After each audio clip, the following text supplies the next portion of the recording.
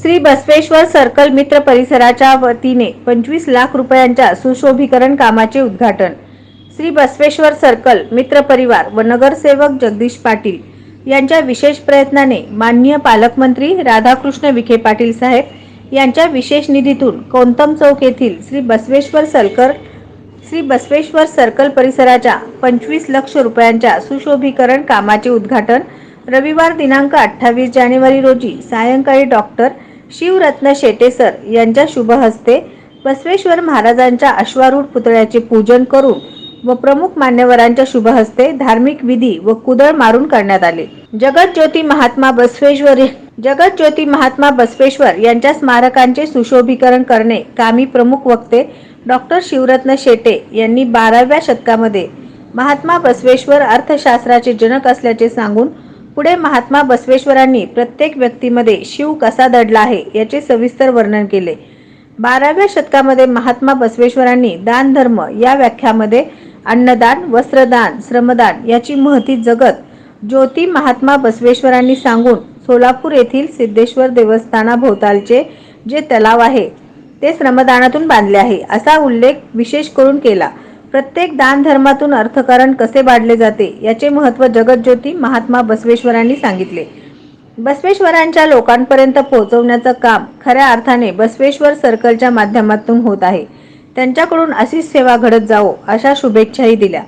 सदर उद्घाटन प्रसंगी बसवेश्वर मध्यवर्ती महामंडळाचे अध्यक्ष चिदानंद वनारोटे, रेवणसिद्ध आवजे, सिद्धेश्वर देवस्थान विश्वस्त प्रभुराज मैंदर्गीकर, अनिल परमशेट्टी, उदय पाटील, उदय चाकोते, प्राध्यापक अशोक निंबर्गी, सुरेश पाटील, संजय होमकर, मल्लीनाथ राचेटी, गणेश चिंचोळी, अमर बिराजदार, भीमाशंकर पदम गोंडा, अमित पाटील, वेणुगोपाल जिल्हा पंतलू आदी उपस्थित होते।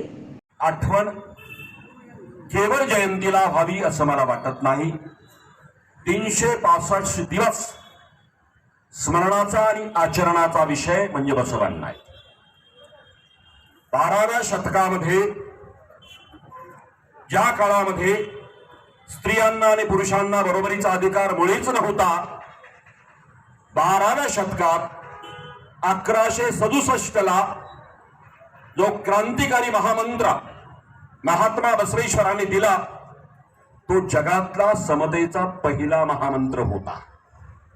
आणि म्हणून बसवांनांचं तत्वज्ञान हे केवळ हिंदुस्थान पुरतं नाही, लंडन मध्ये बसवांनांच्या पुतळ्याला माननीय पंतप्रधान नरेंद्रजी मोदी नतमस्तक होत असताना एक महामानव, समतेचा महामानव म्हणून जगाने दखल घेतलेली आहे। आणि अशा धर्मात आपला जन्म आहे जो विज्ञानवादी आहे। 12व्या शतकामध्ये बसवांनांनी जी क्रांती केली ती होती कायकवे कैलास, जगातला अर्थशास्त्रातला पहिला सिद्धांत।